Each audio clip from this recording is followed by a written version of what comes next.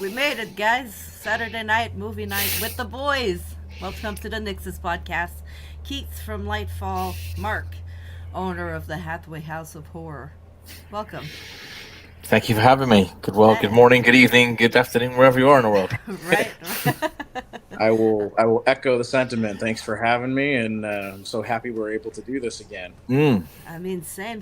It's gonna become a new thing for us. I think we're gonna start doing this every month, guys. Anger overdose. What's up? What's up, my friend? What's up? First one Always, in. always. I mean, it's very rare that it's not anger coming in. Keith, I don't know what's going on with your camera, but you keep freezing, but we can still Mm. hear you very clearly, and you're frozen in a nice position too. It's not like you're all like, ugh. Um, Did that fix it? no, No. no. Hold on. It's because I got a phone call came in while this was happening. Give me 1 second. I'll fix it. Oh, you're Be back. right back. You're back. I'm back? Yep. You're back, yeah. There. Oh. You're back, but it's jittery, but you're back. It's because that phone call came in. Give me 1 second. All right. All right. No problem. What's up, my zombie man? Saturday night. Yes. Tonight, sci-fi horror Indeed. movie. Indeed. Sci-fi horror. Three movies of varying levels of love, I think it's safe to say, throughout the community. One an iconic classic, one a beloved cult classic, and one many not people have seen. There may be a one that, the first one up maybe hasn't been massively seen by huge numbers. Um, You're we good. shall see as we go. Hello, you're back. I'm Edgar back. said 10 frames per second. Yeah. Indeed. Gio said so. If we all blink at the same time, he'll be back at HD.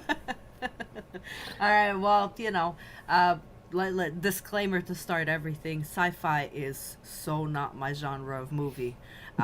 Y'all saved it with the horror side, so But we're starting off like classic movie though. Alien, I must say. Like I grew up watching these movies, but I'm not a big sci-fi fan. So this is your show, guys. This is your show. Cool. Next month is December, so that's probably gonna be like Christmas movies. This one's gonna be fun to try to We, plan. listen, we can still have a horror theme somewhere in there because there's Krampus. Don't forget about the Krampus movie. Silent Night, Deadly Night, Black There you go. Christmas. Good. There's three there, done, we're ready. See, that's how it went for this episode too. It wasn't even like it was like, oh well, maybe we should do this. It was just Keith coming in like, okay, this and that. We were away. I was like, all right, shit, let's do it. Anger said need to do a porn review night. Oh, I mean, we'll do some it. classics like We'll Debbie do does it on now. your show. We'll Yeah. do it on your show, Anger. We'll Yeah, go on your show to that's do all that you, one. buddy. Gremlins, Die Uh-huh. Hard, yes. Batman Yes. Returns.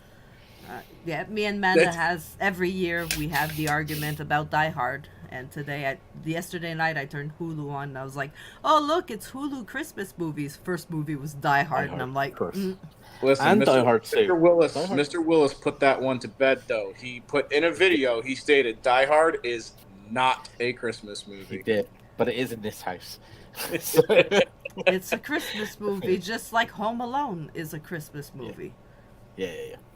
Yeah, Home Alone is definitely a Christmas movie. Is Homeland it? 2 is better, though, right? Some Homeland of, 2 in New York's better. Yes. some of the It is scenes, better. I don't know. The first half of Home Alone 1 is not as good as Home Alone 2, but the second half of Home Alone 1 beats Home Alone 2. Yeah.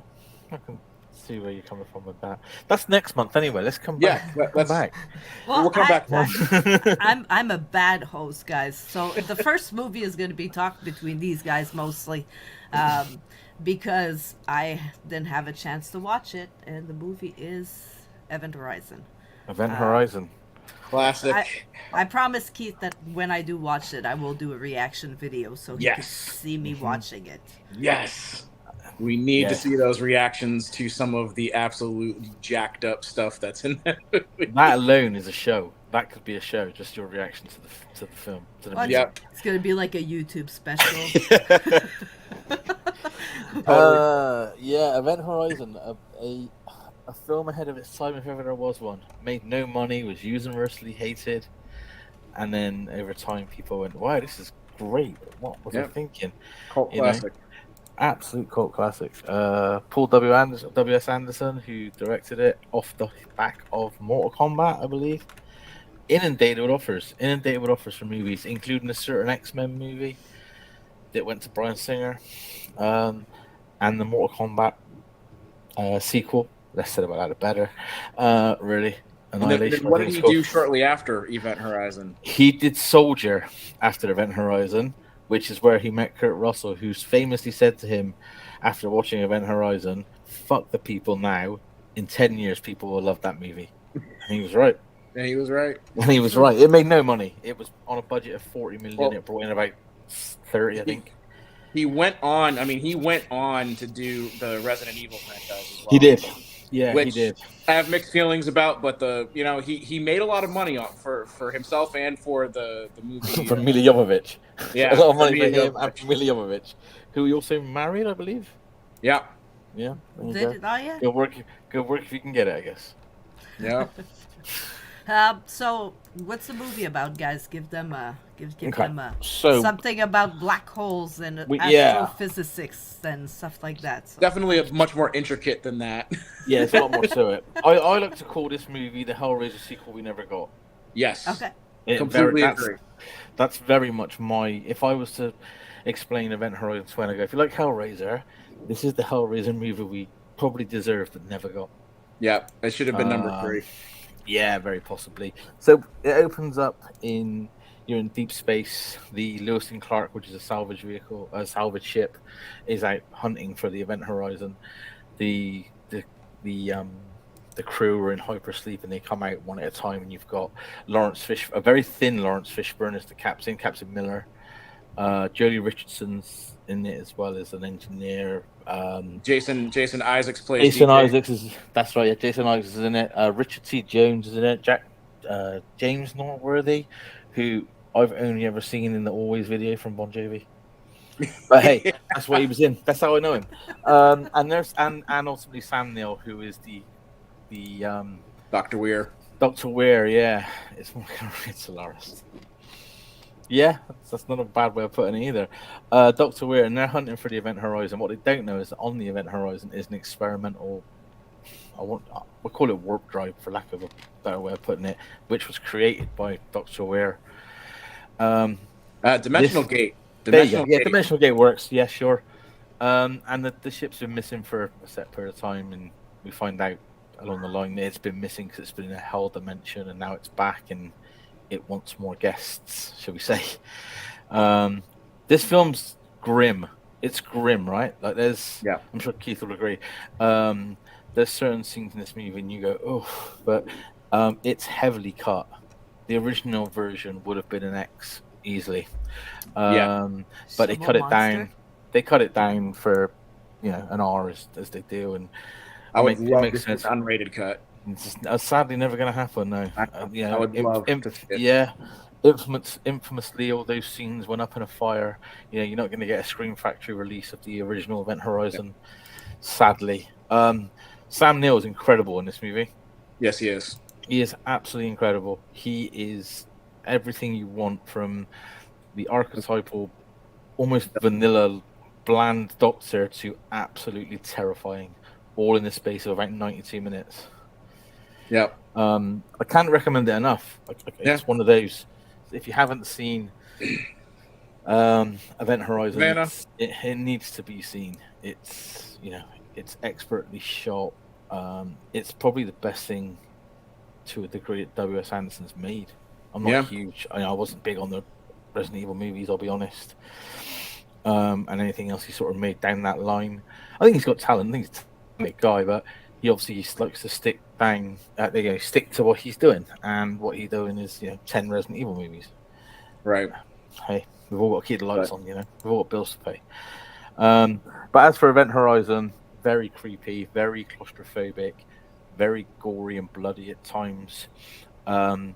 The oxygen being sucked out of the room scene, for example. Yes. Oh, yeah, nasty. We need to see your reaction, Mel. You're talking about when he goes into the airlock? Yeah. Yeah. And I promise, guys. I promise. I will turn this one on, and I will do a side by side. So the video will be watching on one screen. We'll just be playing, and I'll just sit there with the camera, and I'll just watch it. And there's I was going to say go ahead. It's every bit we think it is. Yeah. Yeah. The best description of this is take the idea of hell that you have in your mind, okay? The reality, and this is a line that's kind of said in the movie too, the reality of hell is so much worse than the concept that you have in your mind. And this movie plays with that. Yes. To 100%. All of the characters face the most terrifying fear of their lives. It manifests itself for each and every one of the characters. That is crazy. Yeah, some of the hallucinations are Gio said, think right of it there. like a cross between 2001: A Space Odyssey and Texas Chainsaw Massacre with a splash of dark water. I don't even think that's enough. No. Anger said, blood pressure, I'm old. Yeah. Yeah. It's, I say, if by some miracle you could get your hands on that uncut version, it would be worth a fortune. Yes. It would. It'd be worth a fortune. There's so many people that would love to, I mean, Screen Factory alone would pay who knows what to get that out on a Blu-ray. It's fantastic. It really is. It cuts no corners. It pulls no punches. Yes, it has been trimmed for the R. But if you didn't know there was an uncut X-rated, an X-rated version of it that was never sort of released, you'd be none the wiser and you wouldn't be upset. It's terrifying to this day. I mean, it's very much. You swap out the haunted house for a spaceship, but in this spaceship you go extreme. There's an area within the movie when they're first starting to work out what's been going on and trying to get their head around where the ship's been and so on, and they find the video log from the previous crew. God, yes. Wow. Yeah. Within about 2 seconds you go, oh, okay, it's going to be one of those movies. Like, yep. they've gone to there's just video footage of these people that were the ship's crew at their most basic animalistic characteristics. Like they literally ripping each other to shreds. Yeah. Oh wow. And that scene alone was much longer originally. Yeah. Every scene in this movie was substantially longer. It just wasn't going to go for the especially in a decade when horror kind of sucked. I mean, it's not 1997, so we're on the back end of the 90s to a degree, and it really was here you go. It really was a breath of fresh air after CW style slasher. Whoa, sorry guys. That scared me a little bit. There you go. You just jump scared yourself. I'm getting some really strange readings in I mean, leave it to me. Crew. This place is a tomb. DJ, where are you? An infinite evil. Ship has been beyond the boundaries of our universe. Who knows what it's brought back with it? Vacate! I want off this ship. You can't leave. She won't let you. Event Horizon. Rated R. See, I could watch that now. Just put that on. So, 1997. Mm-hmm. Yep. So what do you guys think about the effects for, It holds up really well. Holds up. Yeah. They used a lot of practical effects just like Yes. they do in the Hellraiser movies and stuff like that. That just makes this level of realism. Like, just wait till you see how Sam Neill ends up at the end. I know. Like, so want to talk holy about crap. it, we can. Yeah. There's very little CGI in this movie. The reality is that without giving anything away, CGI blood doesn't look gooey, doesn't look moist. It just sucks. It just there's some CGI, but it's very little. Minor, I think, like the couple of scenes with the eyes and stuff. Yeah. It's very minimal. They really went in on the practical, which is never a bad thing. And she became more certain. Gia loves this movie, huh? Yep. The dimensional, this movie. The design in the dimensional gate room too. The creepy factor just of that alone when you first see it, you're like, what is going on? It kind of reminds me of Sphere, except creepier. Yeah. I was So I was reading up on it, and I read something about the gateway was like of a wink to Hellraiser, to the puzzle. Yep. yeah. It reminds me of the puzzle box, yes. Yeah, it's got lament configuration written all over it. Vibes, You yeah, know, absolutely. It really has. But it also, when it was, that whole set was designed to make every viewer uncomfortable. You know, because of the puzzle itself, the engine itself is the way it's continually moving, and there's literally, you know, millimeters, inches, if that, behind the walls of each, like the whole thing's just crammed in, and you're crammed in there with it. Yeah. It's uncomfortable. It's just uncomfortable to look at. And when he says that it's moving too, it's got these rings that are constantly moving in like random configurations, and then you know when shit's about to go down because all the rings become uniform. Yeah, absolutely, guys. Yeah. You should Like the watch first time it. that thing opened up, like I was freaking out because I really was. It was creeping me out. Like I had to pause it. Not gonna lie. It freaked me out, and one of the characters ends up like trying to figure out what it is, and then something grabs him, and he sticks his hands in, and something on the other side grabs him and pulls him in, and you're like, oh my goodness! And when he comes out, and he seems to be fine, but then when he wakes up and he starts trying to describe what he sees over there, again, take the concept of hell and imagine it worse than what you already imagined. See, I think that entire scene there is Anderson's little homage to Prince of Darkness. Yeah. And Prince of Darkness, Freddy go through and come back, and you think, oh, they're okay, but they're far from. So I think there's a little homage to Carpenter in there. There's a lot of homage to Alien. Obviously, goes without saying. There's a lot of Hellraiser sprinkled into it.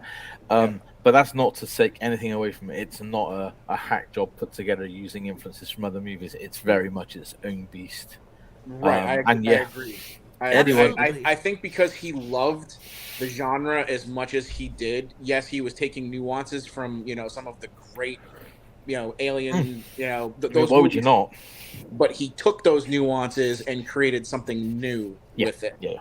There we go, Anger. I agree to that. When I do my reaction video, come sit with me, come watch it. I'll just put you on the screen with me. I mean, if you guys are interested, we usually try to post this, at least post the movies that we're going to watch like a few weeks in advance. I think we had it like 2 weeks in advance this time. We'll try to do the same thing with the Christmas movies in December. That way, if you guys want to watch them, that way when you come and sit down with us, you're sure. kind of in on the... Hey, Amanda. She's not here with me tonight, so, Hey. So that I promise, guys, I'll watch it. God. As I say, it made no money. No, in a time where horror didn't make money, and it wasn't cheap. It wasn't made cheaply. It was invested in, on a budget of, I think it was made for about $60 million. Yeah, but I read that most of that budget went into like one of the first scenes or something. Oh yeah, for sure. Now don't get me wrong. When I say it didn't make a lot of money, it didn't make a lot of money theatrically. Yeah, right. A lot of these movies don't make money theatrically, and they go on to make an absolute fortune through other, home video, Blu-ray, whatever the case may be. I was gonna say, I'm sure it made up for the DVD sales. Oh, sure. I think I read, in fact, I've got it written down somewhere. There you go. So on a budget of 60 million, it brought in 42. So it's, when you take into account advertising and so on and publicity, it flopped big time, sadly. But Kurt Russell was right. People in 10 years' time see what people say about this movie. And by 2007, pretty much everyone in the community adored this movie. Yeah. And still do. Yeah, because it does hold up. Yeah, it does. It holds up so well, in fact. A lot of things don't at times, and even stuff that does has its moments.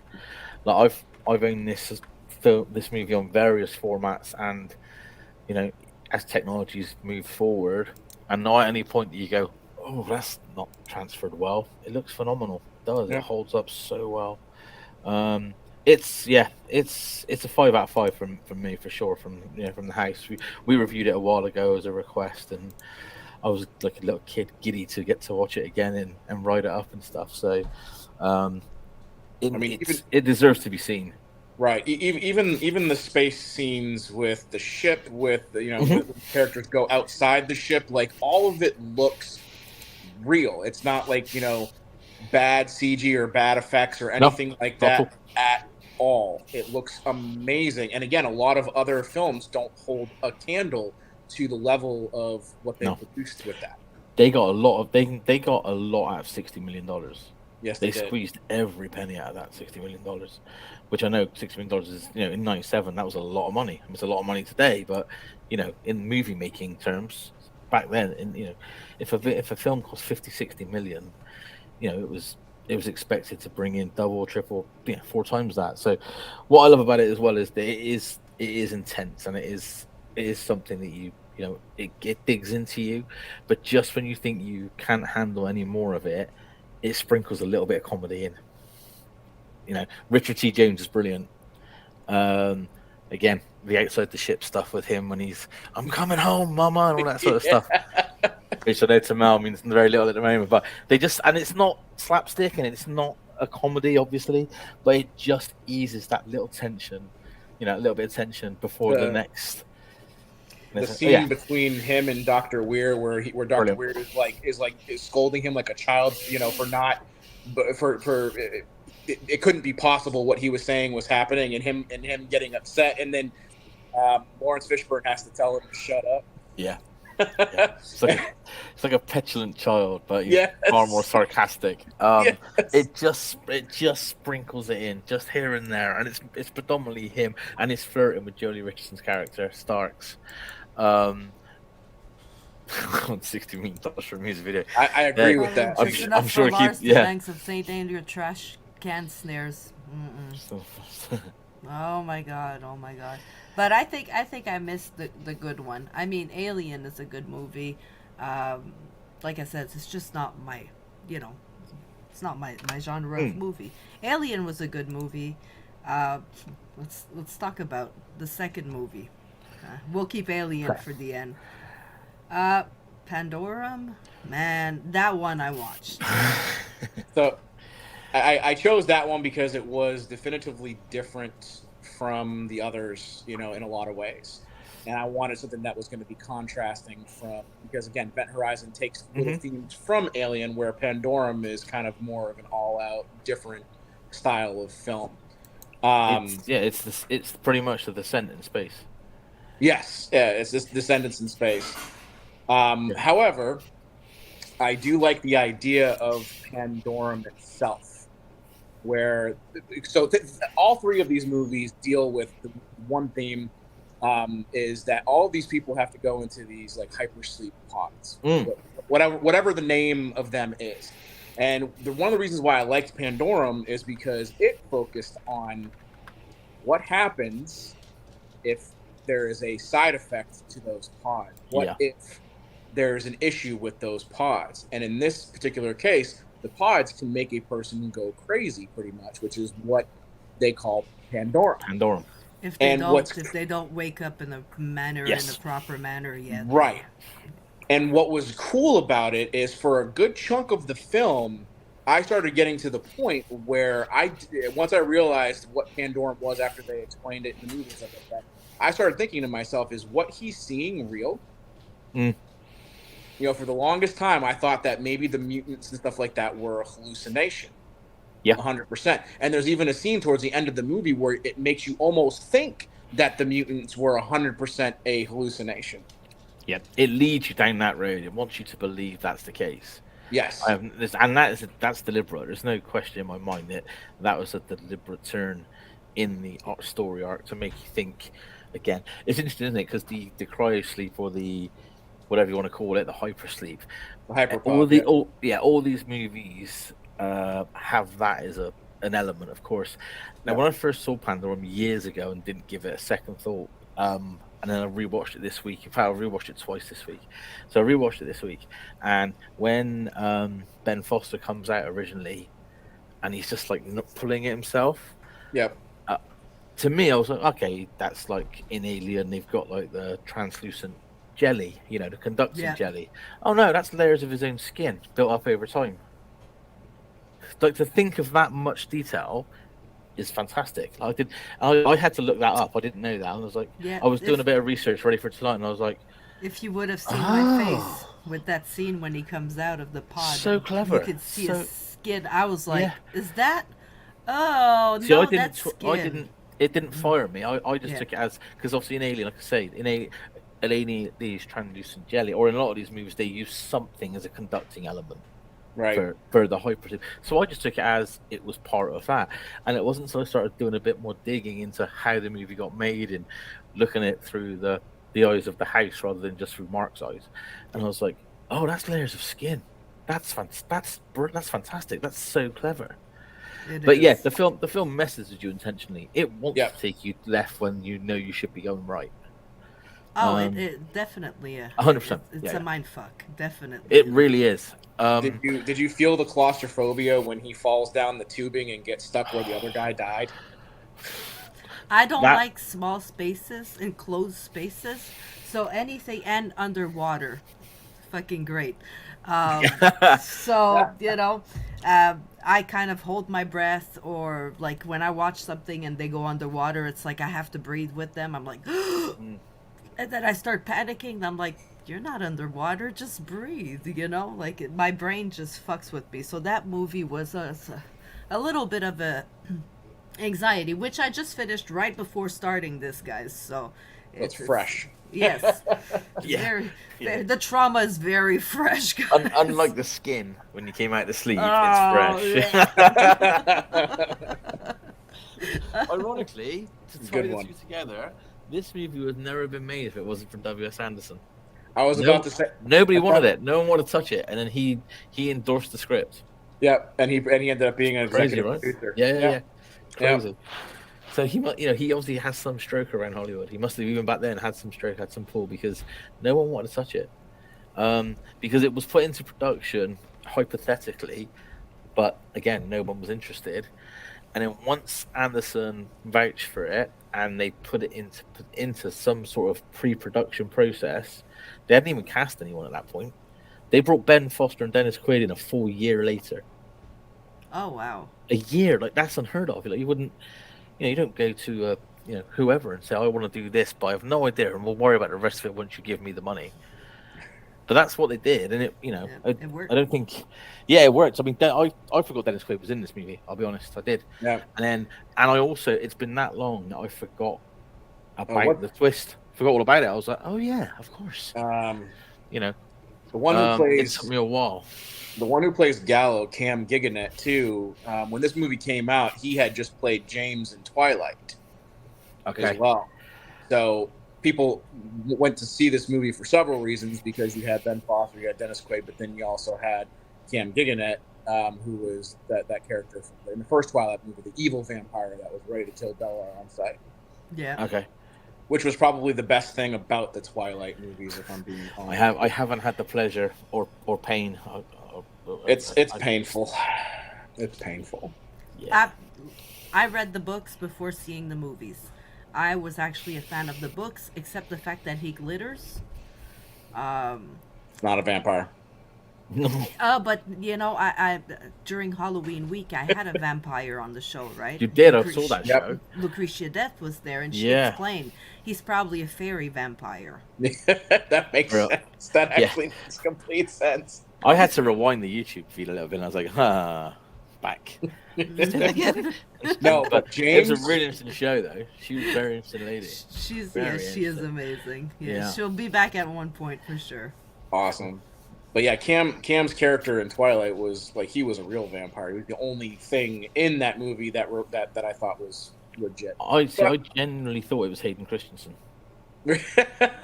Until I started looking at it again through the house eyes rather than just something Mark chucks in and watches. And I was like, that's Hayden Christensen. No, it's not. And then I looked at where I saw him from. And the other guy who's in it who I knew from various other things is the agriculture guy who doesn't speak English. I think his name's literally Chung Lee in real life. Okay. The guy who's the guy who gets his throat slit by the little. That Oh, guy's he was- been in. He was the most fun to watch with all of Yeah, those yeah, yeah. amazing Yeah. martial art moves.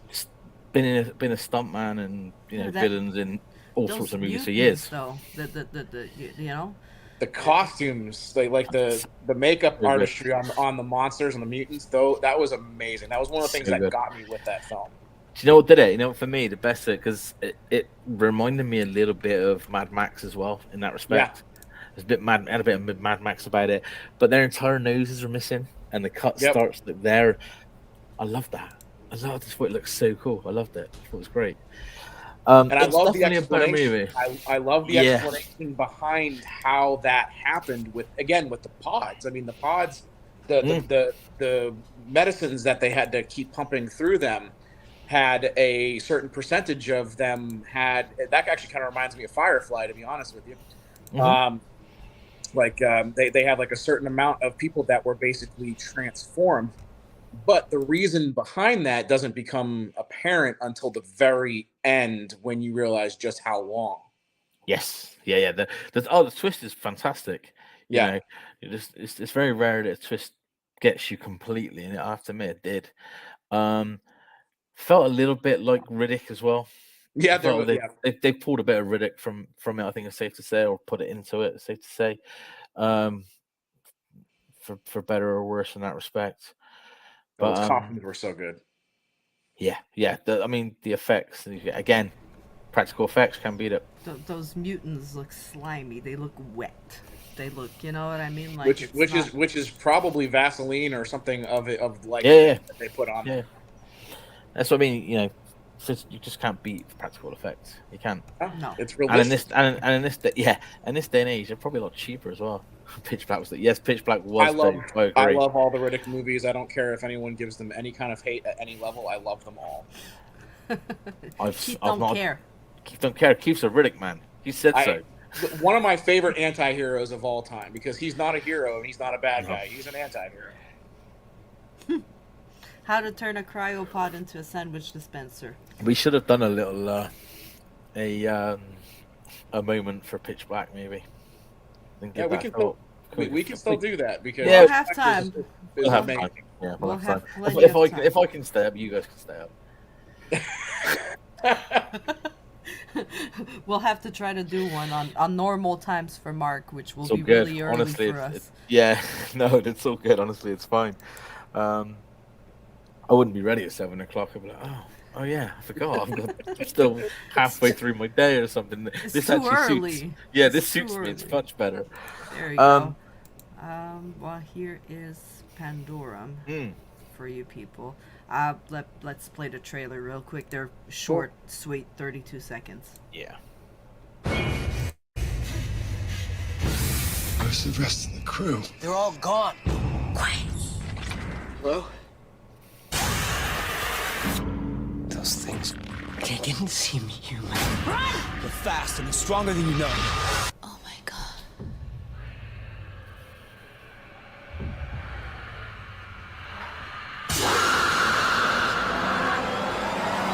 Pandorum rated R. We get to see Norman Reedus die. Norman, Daryl goes. Daryl's dead, everybody. Is this before or after It keeps Blade you on 2? your toes, you know? Oh yeah. Yeah. No, that movie has a level of suspense that does not stop all the way through. No, it's a much better movie than I in my head had given it credit for. A much better movie. And for anyone in the UK or the side of it, both these movies are currently on Amazon Prime. So if you don't own them and you do want to watch, also can't see for you guys, but was on Roku channel for free. There you go. Yeah. Okay, and Event Horizon is if you have a Paramount Plus subscription, it's on Paramount Plus for free as well. At this point, it's probably. But I'm still somebody, so I can watch it. Yeah, I'd check there because at this point, with how old it is, it's probably in the public domain. There may be a full version of it on YouTube, for example. Yeah, there may be. Once movies hit a certain point, they end up in the public domain, and they're they're there for everyone. But I know here both of those movies are on Prime because I don't own Pandorum. That'll be very different soon. But currently I don't own Pandorum, so I watched it on Prime and I thought, well, actually, while I'm here, let's see if Event Horizon is, and it was. So definitely, both movies are definitely worth your time. Pandorum, I think without giving it away, because there's a lot of people that won't have seen it. The final twist is brilliant. Yes. It's so good. It's so clever. I never saw it coming. No, me either. Me either. I'm normally pretty good. The skeptic in me normally goes, "Well, hang on a second. Didn't see it coming. Not at any point." No, I got to the end. anything. I was like, oh, hold on, what? You're like, shit, what? Okay, fuck, I didn't see that one. You know, like no, that one was. I wasn't sure at one point what I was watching. Like I was like, oh, what the fuck is Keith making me watch right now? But then it kind of, and I was like, okay, I'm You have to give it a this. chance. Yeah. Like that. Like that's one of those movies. The first time I watched it, I was working for Blockbuster at the time, so I got my free rental and I watched it once, and I was like, huh. You know. But then I allowed myself to finish. Right. So once I got to the end and saw the nuances, I went back and watched it again just so that I could pick up on the things that you would only understand if you understood the ending. Right. Yeah. And then when I saw all those little hidden Easter eggs, those little things that made everything make that much more sense, I was like, this is actually brilliant. And that's when I fell in love with the movie, and I've watched it a million times. Hollywood Video, I was Blockbuster, man, until they went under. And you want to know what's crazy? Blockbuster would not have gone under had they done the option to purchase Netflix. They had the option to purchase Netflix. Really? They declined that purchase. And they are no longer a company. Is that back when Netflix would send you the discs? Yes, there was a time. Remember that? There was a time Netflix would send you discs. They were getting ready to go to streaming, and Blockbuster was also coming out with their own streaming platform. So if they had been smart, because at the time the purchase of Netflix was stupid small. It was not that much money. No. It really wasn't. It was like 16 million or something like that. It was not that much. Now they are $1 billion company, and Blockbuster's out of business. So make smart decisions. Don't just dismiss stuff. People. No. Just because original Netflix was nothing like it is now. Obviously, no. You would literally go through the entire library in about 2 months and then cancel your subscription.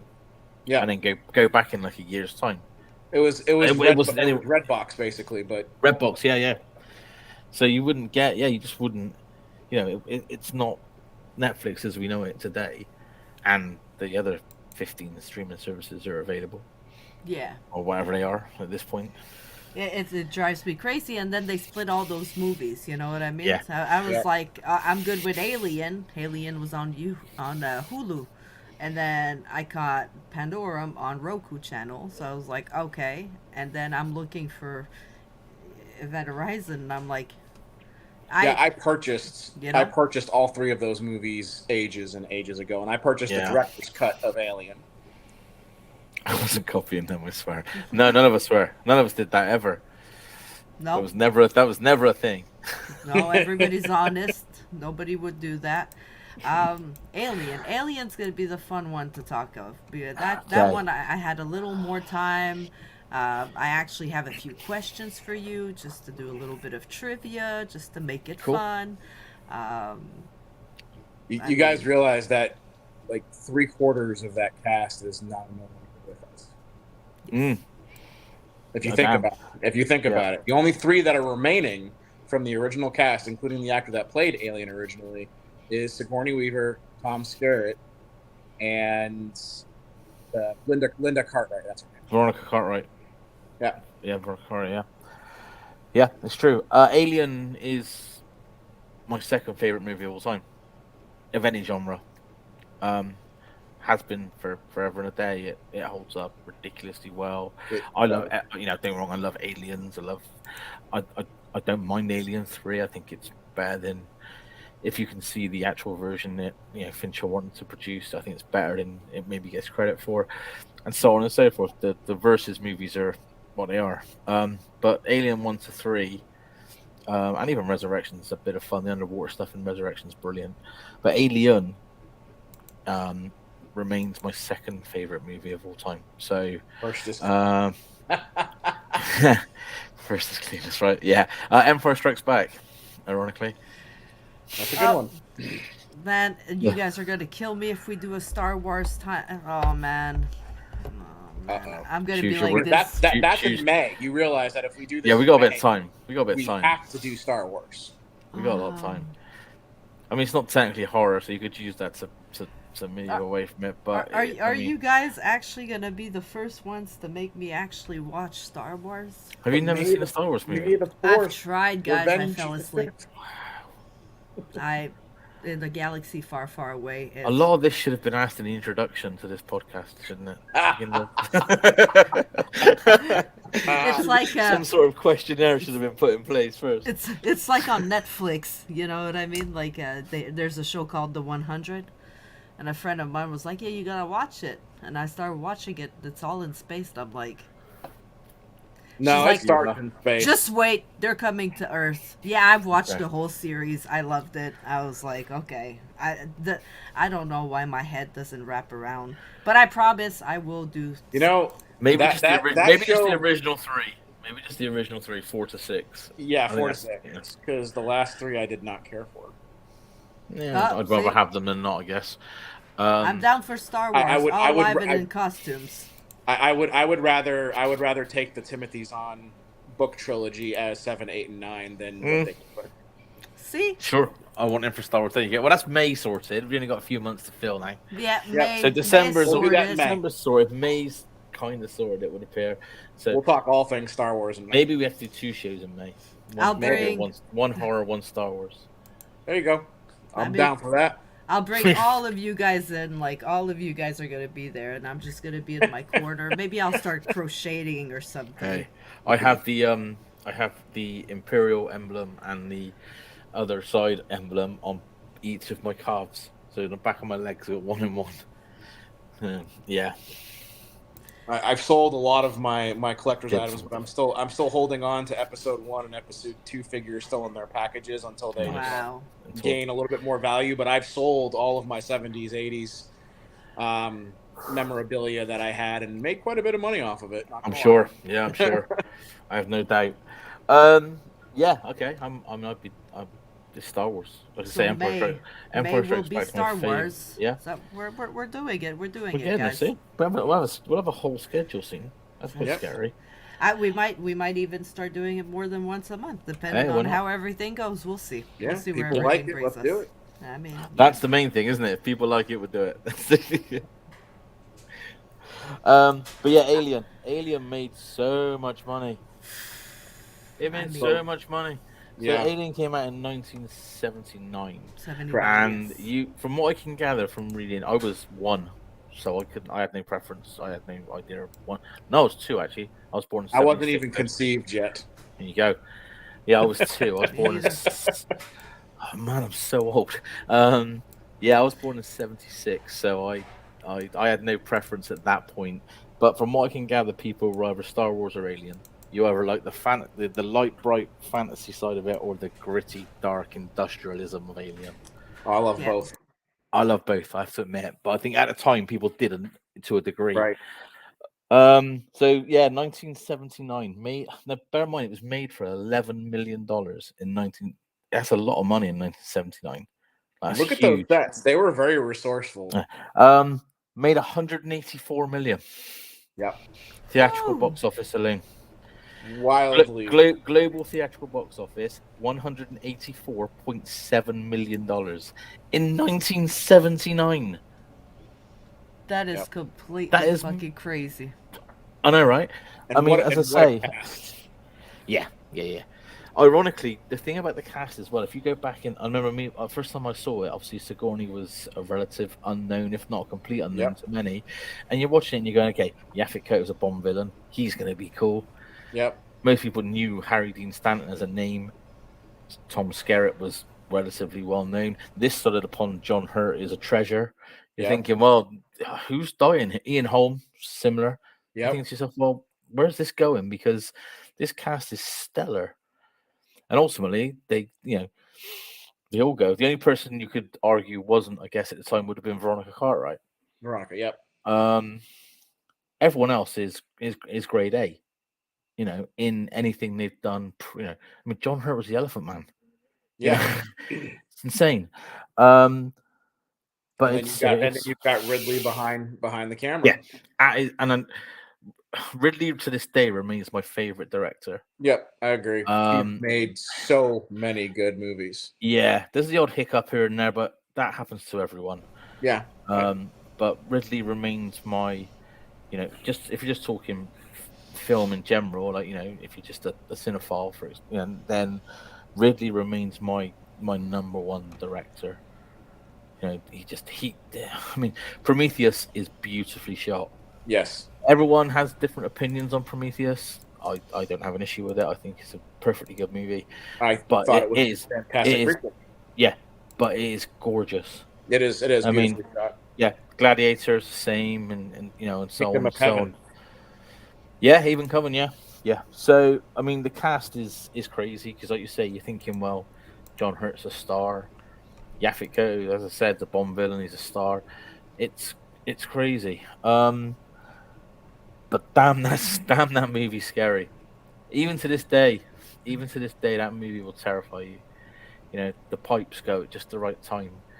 The noises hit in, and somehow Scott manages to maintain this aura of dread with nothing. There's nothing there. It's a bit of steam or a clunk of a wrench or something. Yeah, but you never know what's behind that steam. That's the problem. And that's how he's got you. The drip of water. And that's how he gets you. And that's the genius of the movie. The others would go on. Matchstick Men's a very good film, to be fair. It is a good film. The movie goes on and builds the way it builds, and Sigourney's fantastic in it. Probably I'd say I'd argue probably the greatest final girl in that genre, if not full stop. But it just builds. The tension builds. It's almost you can feel the wrench turning on you, and like you say, a bit of steam or a drop of water, and you're like, "Oh, what was that?" And it was nothing. It was nothing there. That sound. Yeah, there's nothing there. The alien sound, the cracking, that fucking sound it makes before it jumps on it. I mean, the death scenes in that movie's they're iconic. They're all iconic. Like I mean, they're all iconic. I mean, you start with Harry Dean Stanton. Like I said, that I mean, he's trying to find the damn cat. I mean, let's be real. And then he stops for a break with it letting water drip on his face, and then oh shit, it's right there hanging on the chain, and you don't even realize it because it's blending with the environment. You know how they got the cat to hiss, right? I did research on Alien because I always liked Alien, and they actually brought a dog in on set to scare the cat. Jonesy the cat. Yeah. Yeah. I don't know how true this is, but I did read that during the meeting to get Scott to work, they said there's two scripts here. One was Alien and one was, well, no one knows what the one was because he made Alien and that was that. Which is I find quite interesting. But yeah, it's every bit as terrifying as anything else. Again, I know at the start of the show we said about how Event Horizon was very much like they'd replaced the old cabin in the woods or the haunted house with a spaceship. Well, they stole that from Alien because everyone stole that from Alien. Yeah. And you've got great taste. Fair play to you, but you stole that from Alien. Yeah. I don't blame you. I don't blame anyone. But that's the reality. You take a haunted house and go, right, let's twist it. Okay, we'll put it in space. It's claustrophobic. There's nowhere to run. Oh, it depends. Who wins in your head? Well, if it's one-on-one Predator. Yeah. But if it's Swarm, then no. Yeah, Alien. If it's a Swarm, Alien. I mean, they even illustrated that in Alien versus Predator when they showed that kind of behind the scenes where the aliens were swarming the ziggurat. You know what I mean? It's the alien's pure instinct, isn't it? The xenomorph's pure instinct. Pure instinct. Perfect organism, I think, is the title. Now, here's a fun correlation that I've come up with in my head since Disney now owns the Alien franchise acquisition of Fox. Now, I've said this before. Technically, the Alien Queen is now a Disney princess. Okay, That's one. But think about the cat for a second, and the fact that Disney owns Marvel and all that. You've seen Captain Marvel, right? Isn't that cat very eerily the same as the cat? I know, right? In Captain Marvel. Jonesy Reborn. Maybe Jonesy never died. Maybe not. And the irony is, as well, we talked about this previously. We don't get Hulu here, as I've said before. So the entire Alien series is on Disney Plus. Yep. Just like a lot of horror movies we talked about last time are on Disney Plus because Disney own Hulu because they own everything, obviously. So we don't get Hulu. And you're like, okay, fine, but yeah. So all of them, the versus movies, the the originals and so on, right? They're all on Disney Plus randomly. That's interesting. So they really, the Alien Queen really is a princess in this house because you That's have awesome. to go. I It's love weird. it. It's very strange, but I What I fucking would love like it. them to do, because okay, so bear with me on this one. So Marvel is an own entity of Disney right now, right? We already established that they own Fox and could potentially do this. We've already got that one little correlation that I've made. Mhm. What if we did a Marvel Alien crossover with X-Men? Okay, because think about this for 1 second. One of the That's creatures that they fight in the comics that has never been on film so far is the Brood. What if we just replace the Brood with the aliens? Yeah, it'd work. I mean, this is the beauty of it. You could make it work. They own it all, so it'd Best be so much cheap. crossover ever. It would be so cheap to do in respect of how they do it because they already own it all. Well, they could even make it a what if everything. episode. Yeah. Well, bear in They mind, we could make it a haven't. what if episode. This is true. Yeah, animated would be cool. Bear in mind, we do get a new Alien movie next year from Fede Yes, Alvarez. I can't So wait. we'll be interested with Scott producing, so that'll be interesting. But going back to the original, I don't think they knew what they had. I don't think they knew what they had on their hands at the time. Yeah. I know No. they must have had some sense of the level because again, $11 million pumped into a project, especially a sci-fi horror movie back then.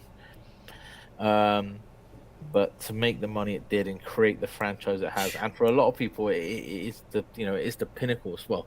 It is the pinnacle of sci-fi horror. There isn't anything that comes close really. And then of course you bring Giger's designs into it, and next thing you know, you've got an absolute iconic masterpiece of a villain that just it's almost like a, how do I want to word this? It's almost like a Terminator, but not a Terminator. It's not metal, metal and PCUs and so on. It's a living organism, but it just doesn't stop. It won't stop, until everything. And that builds up through the movie. And like you say, every death is consequentially more stressful. And then you think you're there, and then it's lead in the bay. For anybody watching, spoiler if you haven't seen Alien. Come on. Go watch it. Go watch it now. But spoiler, Yeah. spoiler. You know what? That movie's so old that if it's a spoiler for you, I don't even know what to tell you at this point. No, maybe we should start these shows with spoiler warnings. Going forward. So the movie itself builds this suspense to begin with, right? So like you start with them coming out of hypersleep early. They've realized that there's a distress call. They argue about whether or not to go. Yaphet talks about the money, and then they're like, hey, there's a clause that says if you don't go, no money. Oh, he's like, well, I guess we're going. They make it there. John Hurt, and the cool thing is the way that they played Prometheus into this as well. Mm-hmm. They did a brilliant job tying Prometheus when they did that prequel into what Alien becomes, which is awesome. But the moment that John Hurt's Kane's character goes down into the hatchery, basically, after seeing the engineer in his turret and stuff like that, the practical effects there. I remember distinctly the first time I watched this. I have never had a movie make me jump so bad as the scene where the face hugger comes out of the egg and attaches to John Hurt's face. Yeah. Yep. That is the greatest jump scare I have ever seen in my entire life. Yeah, I'd struggle to go if I went back through everything that I've seen and I love, and what are my chosen favorites. I'd struggle to say that I can think of a better one. Yeah, that just isn't. It's superb. And a lot of that comes. The way they played that too, after the fact, like you realize what the face hugger is capable. Like this tiny little alien is capable of so many things. They start cutting it; it's the acid blood. As they start trying to pull it off, it tightens around the neck. It's going to kill them. Mm-hmm. What if Ripley had gotten her wish, and Ian Holm did not open The door. Well, this is the thing, right? If they'd left Ash. him in, if he'd gone into quarantine as he should have, then Yeah. we kind of probably don't get the movie. But as we know, the whole movie and anger is iconic. I mean, the whole scenes. There's Everything. the chest buster. Yep. Ash, when you discover that he's an android, and Yep. he's like, "Oh, my condolences." You're like, "Holy shit, I know. y'all fucked." Let's It's talk about done. that for just 1 second. She. I was going to talk about this. The only scene in that movie that bothers me is the cut from when they're trying knew. to prop I up knew you were Ash gonna say that. to Ian Holm. It's such a bad transition. That is the only bad thing in that movie. I knew that's exactly what you were going to say. It's poor. It is poor. That's poor, and the flying alien is poor. Come the finale. So it's Love you, clearly JT. it's clearly a dude. Well, the ending wasn't supposed to be the ending, right? That they wanted to do another ending, Yeah. and then. Correct. Yeah, studios got involved, and Well, there wouldn't. such. How would? Well, there could have been more after. It's just you couldn't have had Sigourney Weaver. She wouldn't. She No, wouldn't have been exactly. there anymore. She would And have been I dead. think they realized quite quickly Sigourney was the movie at that point. Yeah, And she was. going forward, She's as Ripley. much as obviously, as much as the alien is the star, at that point the movie was Sigourney, and she was hot stuff by that point as well. You think off of Alien, then we had Ghostbusters and so on, and that she was away. That was her. She was off and running. So to get her back for sequels was smart, because she was getting bums on seats. She was getting bums in the theater. Seats were getting filled based on the fact Sigourney Weaver was in movies. Yeah. So it was But smart. she really did create one of the toughest iconic female heroines in film. Like, I'd argue the toughest. I think she's the pinnacle. I think she's the top of the tree, Ripley. I mean, especially with what she went through over the course of. Well, I won't. Terminator also. Yep. But she was first. Linda She came Hamilton. in '79. Terminator came later. Was That's 84, I think. Yes, 84. but you could also argue that Linda Hamilton isn't a real sort of badass until T2. It's true. T1 makes her the badass, and T2 she is that badass. I love Laurie Strode, I always will, but she spends 90% of the movie in '78 running around screaming.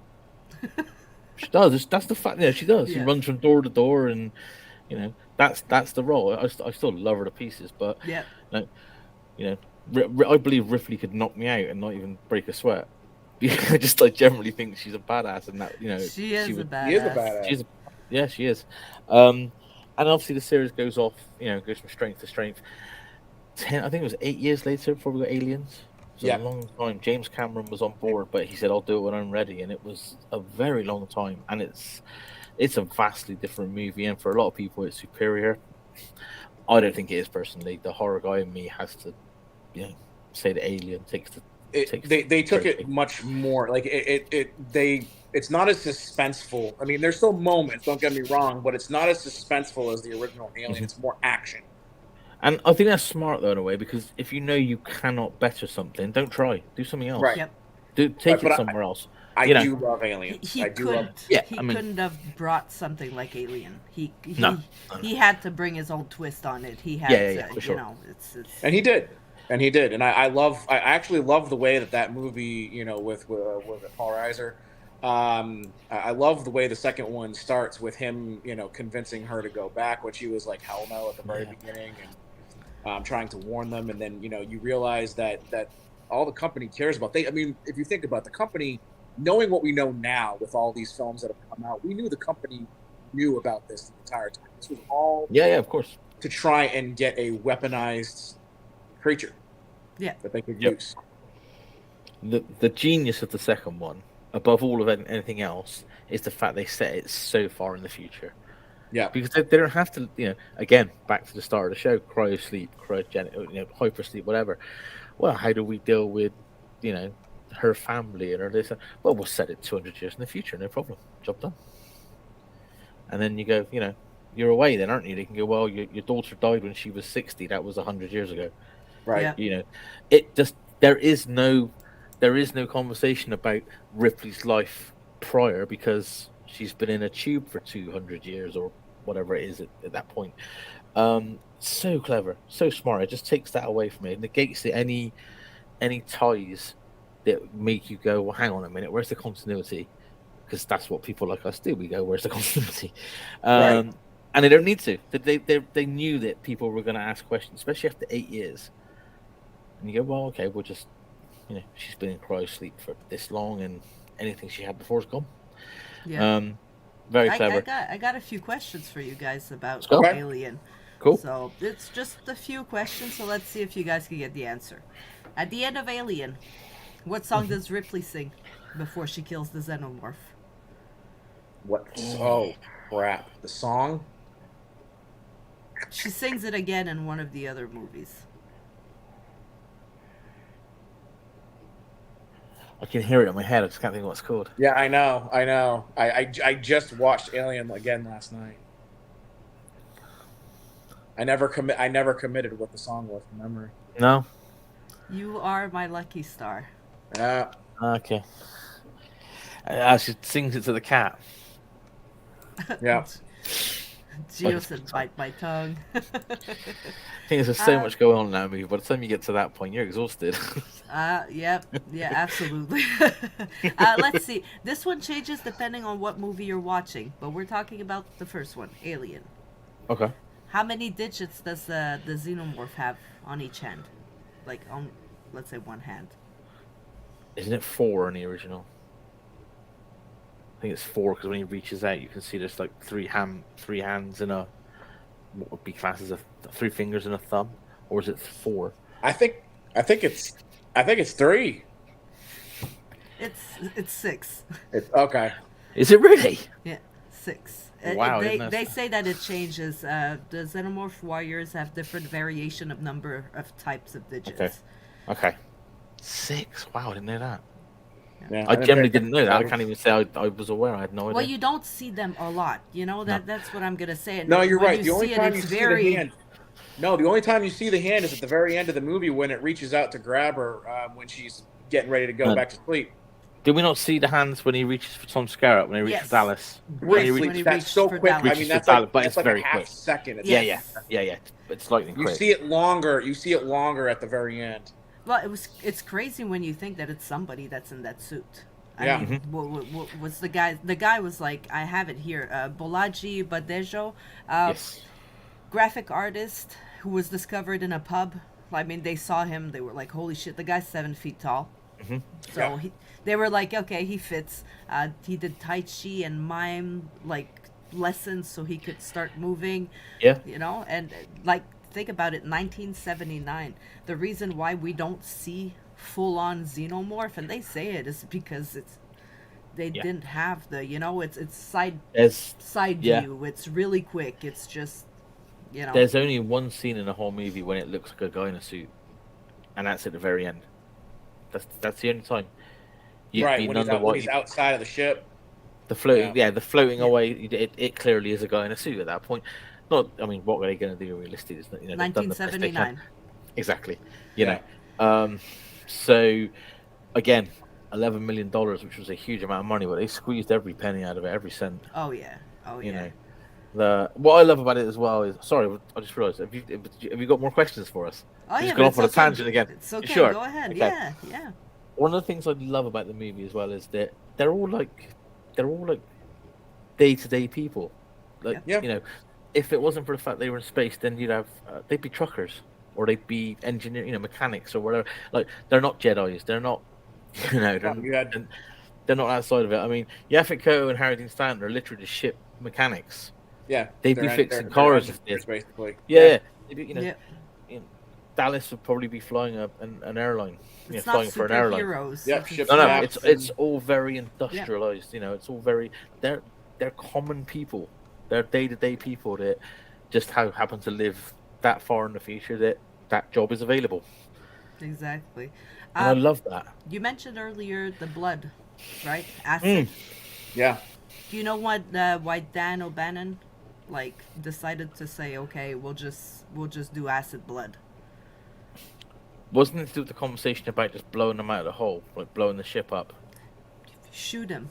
Yeah. They were like, well, we could just shoot the aliens. It's like, well, you shoot him, there's going to be acid. Yeah. I mean, when they sliced into that thing and it started melting I was like, oh fuck.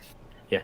Oh I shit. don't know. Can't do that. Yeah, that's out the window. And the thing as well, if you look at the movies as they go along, come the sort of the more recent ones, and certainly the versus movies, that's so underplayed. You know, a bit of acid, an acid will spray somewhere, and okay, it takes the veneer off for it. You know, it breaks through a wall slightly. Back then, that It would went have through just multiple ate through the entire ship. It Yep. was game, you know, without quoting Bill Paxton, it was literally game over. You know, Game because over, man. exactly, it was because that was the case. But every movie on, they sort of belittled that side of it a little bit. But yeah, I read it was to do with, you know, again, it just condenses that fear. You can't. Not that they had any weapons. I mean, makeshift flamethrower, I believe. Yeah, it's an industrial. Yeah, but you can't stab it. You can't. No, exactly. you They know, had a like- flamethrower, and they've got a flamethrower at one point just to. But I think that's just to scare it off more than anything else. I don't think they generally believe that it's going to do any harm. I mean, they don't know what they're dealing with, and the rapid growth because the life cycle of the xenomorph's like 2 days. Not very long, is it? It's No. a very fast moving. You know, it goes from coming out of Kane's chest to 7 Full foot grown. in a matter of hours. Yep. Yep. You know, and weirdly, I don't know if there's the certainly Veronica Cartwright's death. I know a lot of people, including Dan O'Bannon, talks about this, where he said that it was meant to be somewhat sexual, and it actually does look when the camera pans round, it looks like it's not just killing her. Go back and watch it. There's a little bit more to it going on. Yeah. Yeah, for sure. The tail coming up like that. Yeah. She went in for she auditioned to play Ripley originally, Oh, okay. and they kept her around because they liked her and she's a credible actress and so on. And she'd just come off of Invasion of the Body Snatchers, I think, which was I want to say 78. So the chest buster scene though, like I mean, yeah. Oh, Again, for the time, even now, you watch it now and it holds up, right? It doesn't. Yeah, You don't think that looks silly. It yeah, just but looks, the whole scene, not even just when it, you know what I mean? Yeah. Like the whole Yeah. scene, they're talking to Oh. him, and just the way he starts John- choking, and like it's just fucking fantastic. That's John's acting ability, all of it. I mean, he was absolutely I mean, his role didn't last as long as anybody else in the film, but No. the way that he went about everything, that whole scene, at the dinner table where he starts to eat and then he starts to choke, and then the writhing, like all of that was him 100%, and it was absolutely acted to perfection. It was so believable. You get these movies where people do stuff like that, it's not believable. But the way that he went about it, the contortions, everything that he did was 100% believable. And I remember the first time I saw that, I was not expecting that. Again, they lured you into a sense of safety there when the thing detached itself and died. Okay, he's okay now. He's eating food. All right, we're good. And then when that happened, I was like, oh man, it did something to him. It's now killed him. It's gonna be like I thought it was gonna be like a virus. Again, first time watching the film, I had no idea about the xenomorph, none. So I thought it was like a sickness that was then gonna take them all, like and all that. But then when the chest pop, I was like, what the, And then the little alien comes out, and I'm like I was horrified. Because I was when I first saw this, I was probably it was probably at the end of the 80s. I was probably 8 years old, so it was probably like 1990, 1991-ish, right? So the first time seeing this, yes. It's so good. Let's watch this. The first thing that I'm going to do when I get back is to get some decent food. I can dig it, man. I'm telling you, I'm eating breast food in this, but then it tastes better, you know what I'm saying? The other one over there. You pound down the stuff like that. Listen, I'd rather be eating something else, but right now I'm thinking food. You just know what it's made of. No, man. I don't want to talk about what it's made of. I'm eating this. There. What's the matter? The food ain't that bad, baby. What's wrong? And how he's just fucking calm.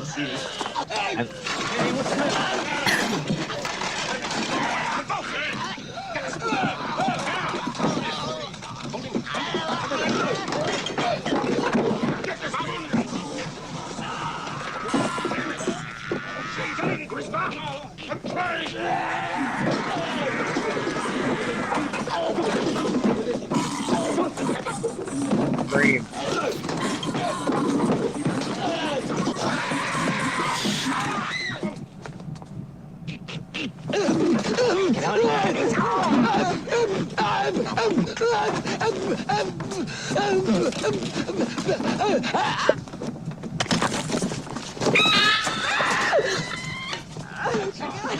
Oh, God!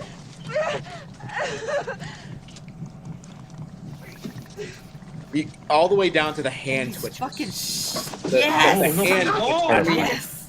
It's terrifying. It really is. And him. ugh. Now what's okay? Let's break this down. So the best part of this is if you actually pay attention. So if you go back and rewatch this scene, pay attention to each of the reactions were that's what's great about it. But Ian Holmes' character, if you pay specific attention to him, he knows that something is he may not know 100% as to what, but he knew something was going to happen and he wanted it to happen the entire time. The thing is that you don't notice the nuance of that portrayal until you realize that that's what was going to happen. Yeah. He played it to perfection. If you watch his facial expressions, the way he moves, the stuff that he tried to do, he knew. He played his character perfectly. Yeah. Things you have to bear in mind. He's at this point we don't know he's an android either. Before that, Right yeah. here. Yeah. Right here when he gets up, watch his face. You look at him there. He knew. His face was blank. Everybody else was having fun. But as soon as it started, he was like, there we go. Yep. Well, And as you say- he's the android, right? He knows, like, that's what he tells He's Ripley. company like, property. He knew that that's what they were Well, searching. he reports directly to Mother, doesn't he? He and Mother are one essentially. But Yes. you don't. I mean, you mentioned that's your first viewing. One, you don't know Ian Holmes an android. Two, you don't really know what you're watching. And three, the cast sell it so well because only I think three of them knew what was actually going to happen. Like Cara had no idea. Cara had no idea what was coming. She had no idea. Her reaction is pure. And I think You know? I think they should do that more often Yeah, in but- movies because it is so like Right. Yeah, Tell them. Yeah, Yeah. it's just organic. The organic reaction to the blood splatter, and then because there's even that there's almost a section of it in that clip there where when the camera pans around and you can see her and she's almost sort of caught in two minds of what to do, but it looks so good because she's in shock that you buy it 100%. You buy the whole thing. But Yes, Gio. none of that sort of comes into play until you know what you know. By the time you've watched it a few times and it becomes part of the the zeitgeist, then it's different. But seeing that for the first time, and I say this a lot of times when I review things and go, well, a lot of us have seen these movies now, but imagine seeing this for the first time. You know, the fear factor and so on is right up there. Like, I mean, imagine going to the theater in 1979 and that's what you watch. Not really knowing what you're going into because the poster doesn't tell you anything. The poster gives you nothing. that it just says alien. Yeah, all you know is that there's an egg. So And even it tells you the nothing. trailers back then, they didn't Yeah, give told you you too nothing. much. They Tell you didn't give you nothing. anything. No, Now It was you a- watch a it was a trailer real and you're trailer. like, You're "All done, right? I've seen the movie. It was a real Okay. trailer. Yeah. Like even the moment when the facehugger falls onto Sigourney Weaver was another like moment that freaked me out the first time I watched it. yeah. Because I thought it was going to get her. I thought it was still alive. And then when they touched it and the thing contracted, I thought it was still alive. You know, every little detail that they thought out during the filming of that was brilliant. A lot of that comes down as well too, and we touched on it at the beginning. The cast is so stellar. Yes. That you're like, well, they're not going to die. They're not going to die. He can't die. Everybody dies. Yeah. And literally everyone dies. But I mean, who's killing off Yaphet? You know, no one's killing off Yaphet. No, he's a badass. I mean, it's and yet come the end, you've got Sigourney, who, as I say, was a relative unknown. Yeah. And everyone else is gone. You know, even Tom Skerritt was a well-known name by that point. Oh, his scene where he got captured by the xenomorph was one of the scariest too. Running through, Yeah. whose nightmare did that crawl out of for real? Like, Yeah.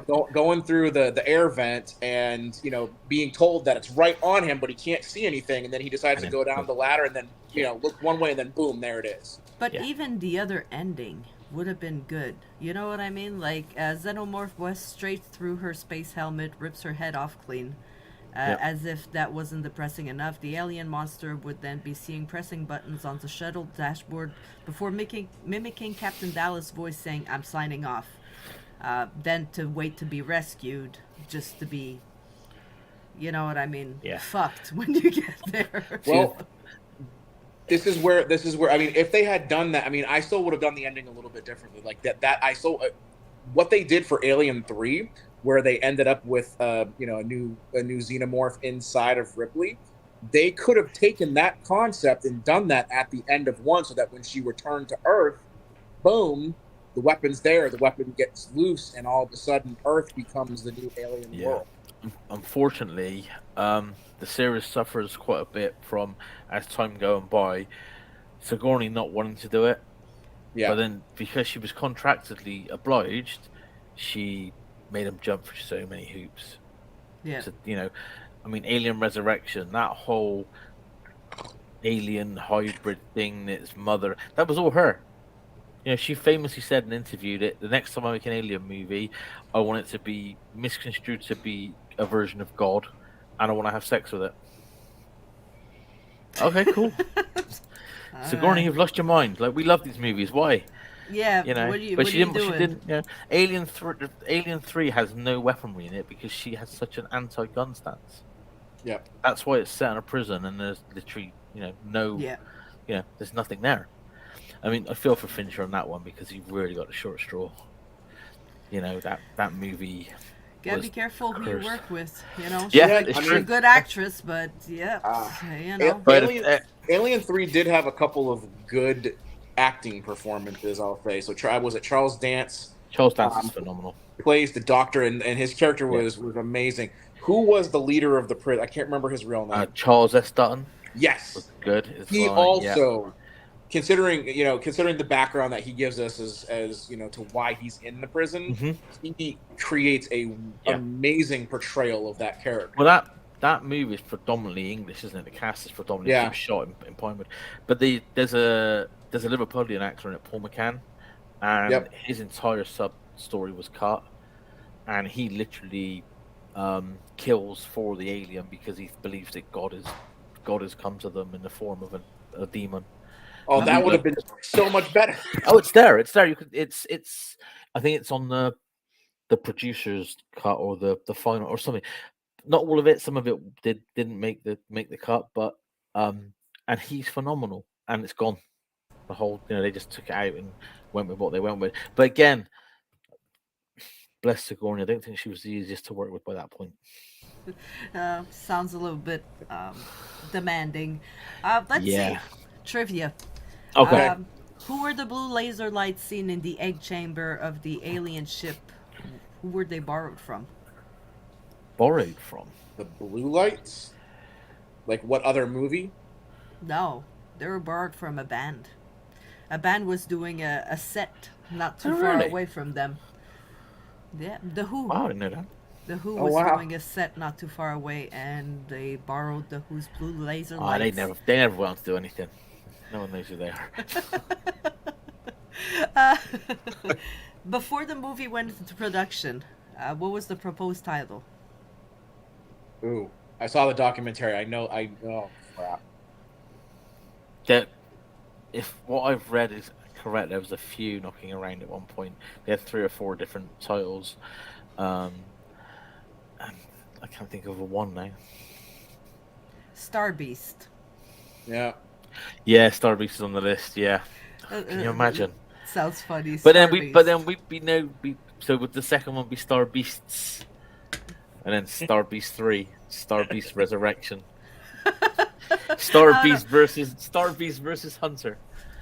It doesn't have the same ring. It doesn't, But we'd be done the wiser, would we? I guess you'd be done the, it definitely wouldn't be as successful. I'm sure, Star Mark Beast. wouldn't. Young Mark isn't queuing up hours at the theater to watch Star Beasts.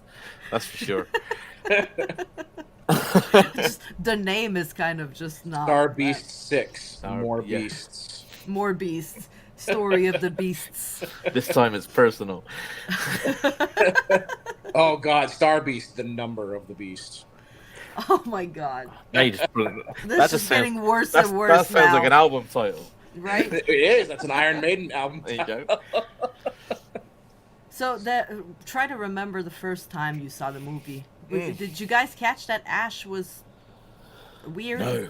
Like An android? No, not necessarily an android, but just weird. Just like, man, this guy's kind of sketchy. This guy is. No, I honestly, I took him. He was the science officer. Yeah. And the science officers are generally devoid of sentiment usually, and he was and he threw me off because in the very during the scene where they're trying to get Kane back onto the ship, he was the one that disobeyed Ripley's order to allow them on. So I was like, all right, he's not too bad. And then he tries to help get the alien off of Kane. So like he did a really good job of luring us into that false security that he was one of the good guys. The one thing that stood out to me the first time I saw it in a not unbelievable way, but in a sort of really kind of way was Mother. Because Mother was just a room of flashing lights. And I was like, okay, that's a bit cheesy. When you can see where the money went, it certainly didn't go on Mother. That's for sure. But no, I had no idea. I mean, again, but that's down to the level of the cast. A lesser actor plays that role and you catch it in minutes. It's just, it's glaringly obvious that maybe not he's an android, but there's a sinister context to him.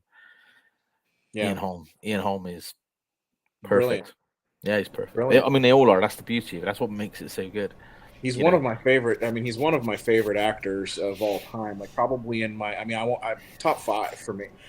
Yeah.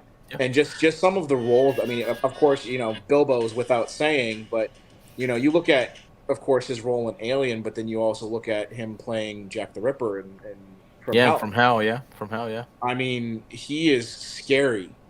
Yeah. Like he makes a great villain as well as a great hero.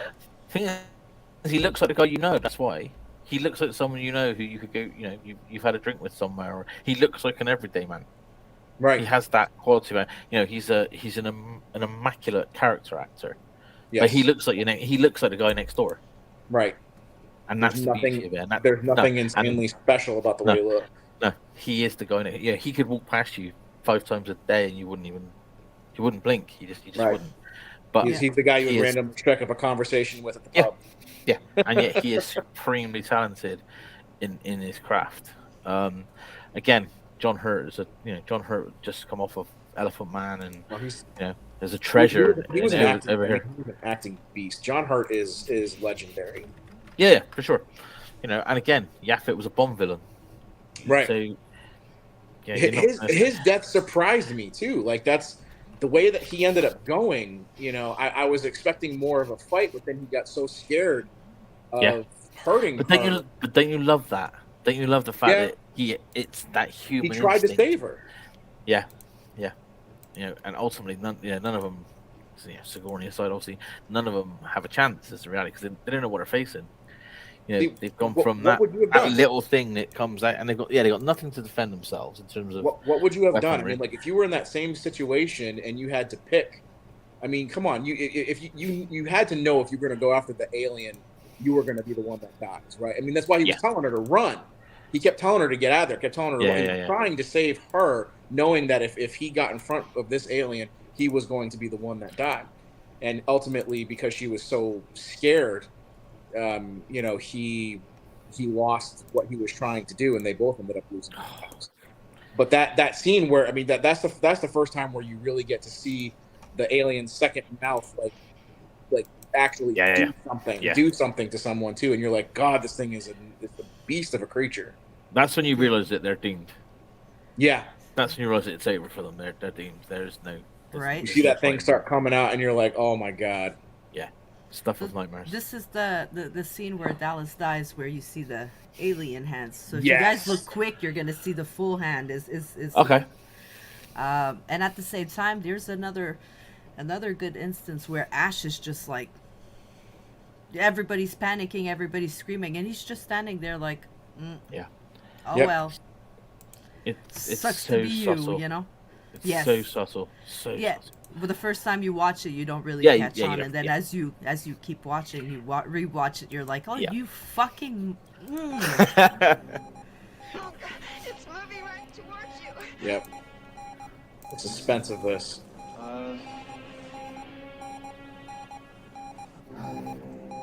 Move, get out of there. Towards you, move. Down. Move down. Move down. Get out. Nothing. Oh.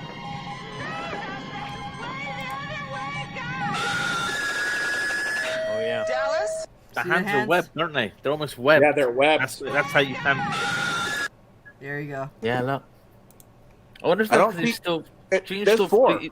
6. Oh wait, no, I see them. Yeah, The fingers are very close together. They're 1, webbed, 2, aren't they? 3. Almost. But Yep. there's it's still 6. That's what they're saying. At every movie, it kind of changes. I probably like See, that's why I thought it was 4. I never stopped it here, and 2 of the fingers are like plugged together, so Yeah. it does look like Yeah. 4. But then if you really look at it, it's 6. there's But like two thumbs. Yeah. Yeah. So my theory here is, it's still not fully formed. So that's the state of his hand as it's still growing into what it will be. Because if you look at the 2 that are sort of stuck together, that's like where they're still Yep. they haven't quite become yet. So I do Right. wonder if that's because These middle it's not- ones there. Yeah. Yeah.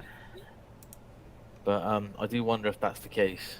I mean, that's something to look into, I guess. Yeah, for I, sure. when I saw that, shot. Yeah. Yeah. oh, he's just a Oh, puppy. he's just a puppy. Oh, he's a scary puppy. He's a big puppy. To whoever is still here with us, thanks for hanging out with us and talking movies. Waste of If you time. guys have any movies that you would like for us to watch and come talk about, please let us know. Mark also has his page, the Hathway House of Horror. So if you have a horror movie that you would like for him Yeah. to review, Drop it in the comments, and I will get to it. send him a message. Drop me a message, or like I say, if you see a post go up and you want to Yeah. leave something in the doesn't matter how they come through, I'll get to them. I think I've got a couple to do at the moment. The others will be out on. I've done. Oh, we can discuss. Yeah, I've done this. I did the original trilogy. I've reviewed the original trilogy, but there are 12 of them. So I've just done Amityville. I did Amityville 1 and 2 this week.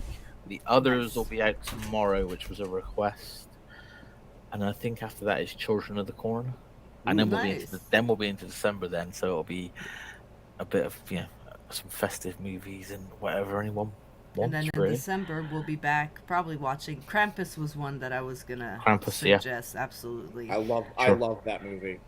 Yeah. The original Black Christmas, not the remake, but the original Black Christmas is superb. Silent Night, Deadly Night's great. Sadly, Terrifier 3 won't be out in time, which is obviously going to be a Christmas movie, isn't it? So kind of, yeah. Yeah, apparently so, but it's not out yet. It's not going to be out in time, obviously. But yeah, there's plenty. We So can have a Terrifier night and just do that sounds all great. the Terrifier movies. All in one hit. There's so many great movies. That's why I'm saying I think this will probably become more than a once a month thing. Let's get it started. Let's get it rolling. And after that, we'll talk and set up things. Like I said, 2024 is going to be different for the NYXUS podcast. So I'm trying to include more people, more things. I mean, movies and music go hand in hand.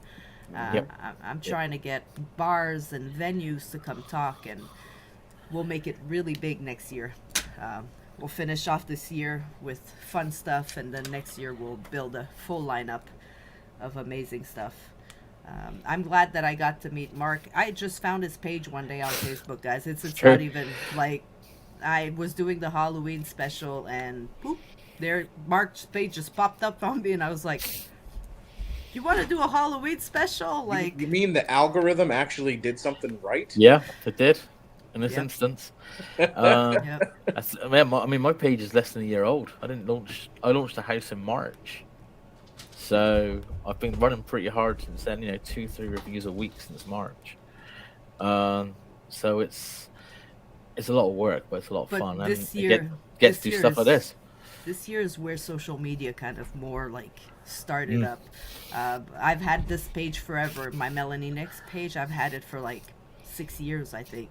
And Right. it was just kind of sleeping at 300 followers. I started the podcast, and here I am, over 2,000 followers, and humbled and appreciative, extremely, of all these people.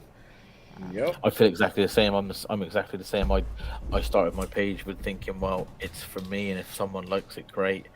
And then that became, 200, and 200 grew to 4. And before I knew it, I mean, I think it's about I hit 1,400 last week.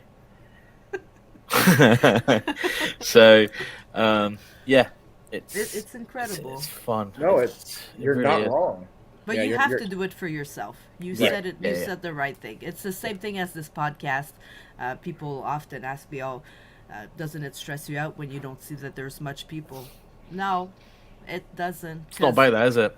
I'm having a blast right now. I'm happy for the people that are here with us. The beautiful thing about the internet is that the show's going to be up, and anybody can watch it afterwards.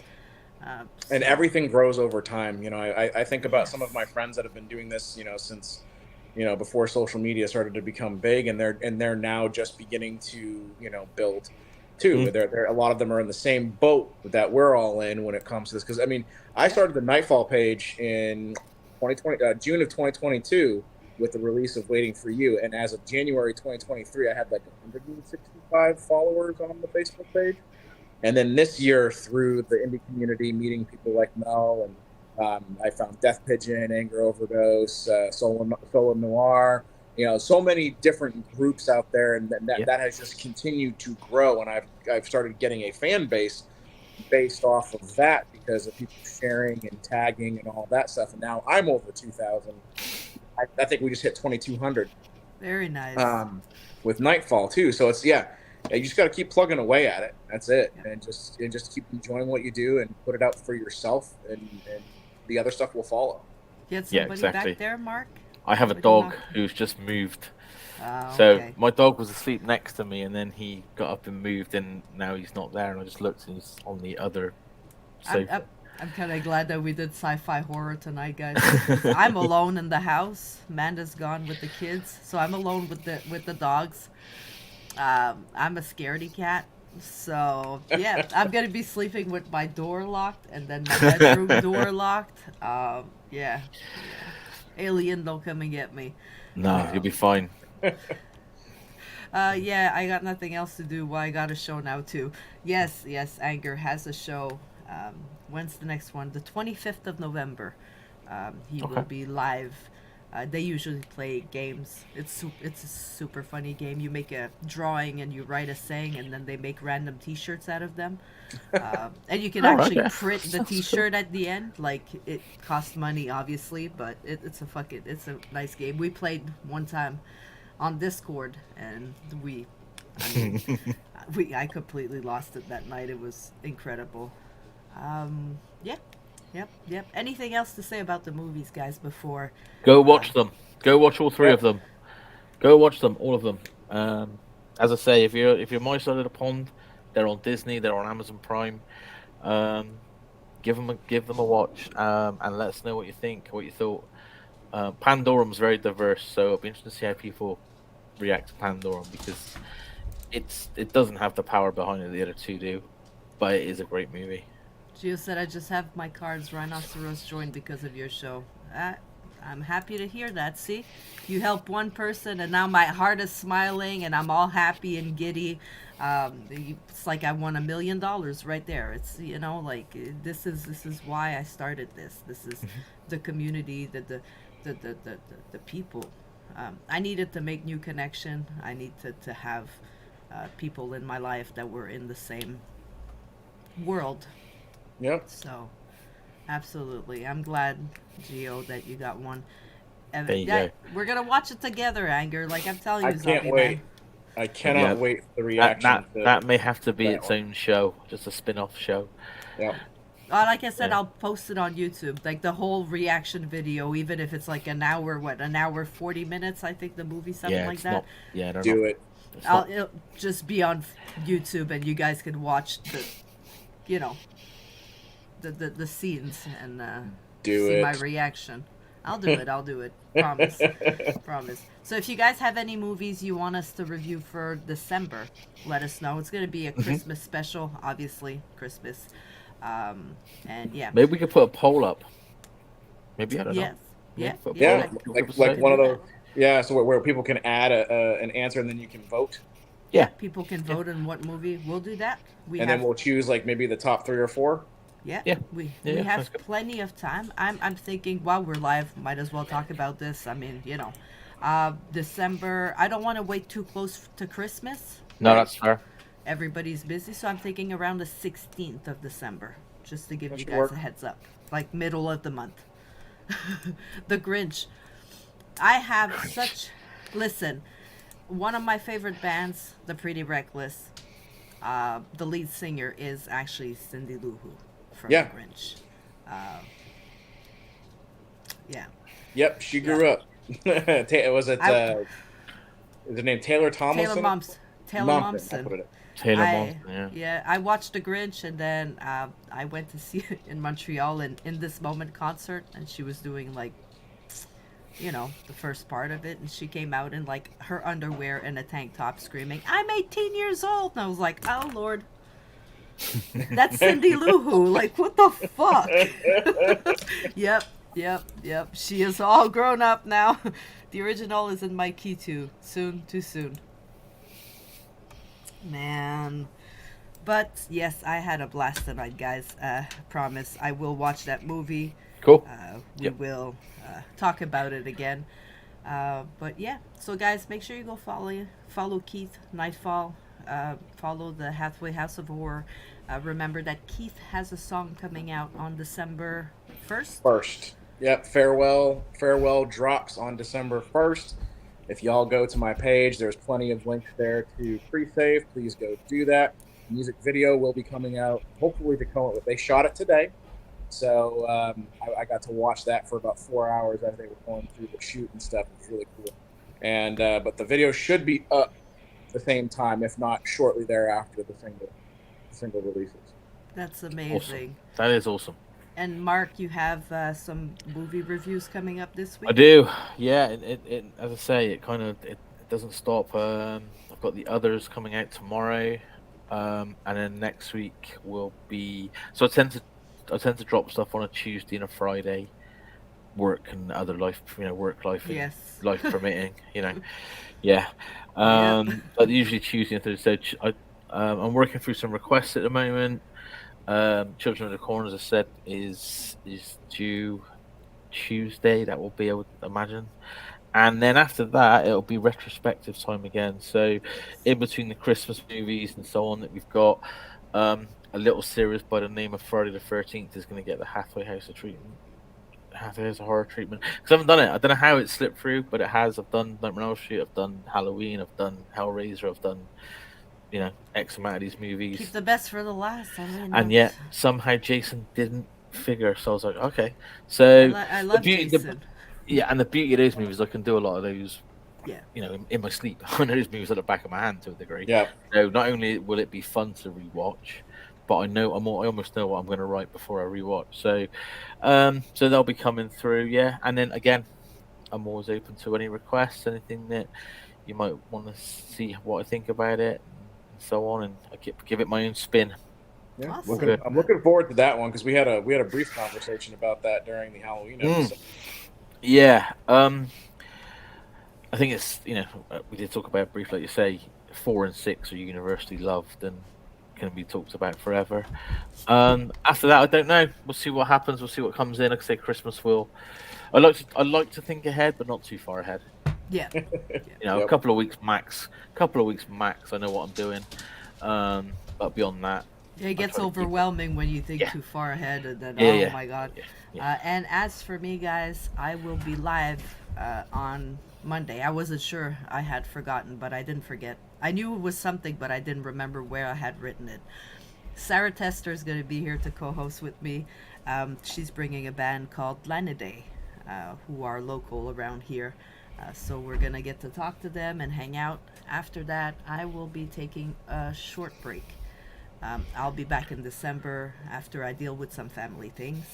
And then we'll finish the year strong like we started. And 2024 is going to be a completely new year for the podcast. I don't know. Like Mark said, I'm trying not to think too far ahead. So I don't know what the fuck the plan is, but there's going to be a plan. It's going to come eventually. But Mark, Keith, thank you so much for being here tonight with me, guys. Geo, Anger, anybody else that is here, that was here, that will be watching this, you guys fucking rock. It is always a pleasure to have you with us. So on this, good night. Make sure you follow these guys. They are fucking incredible. Good night, guys. Thank y'all. Good Have a night. great night. Hat tip, Geo said.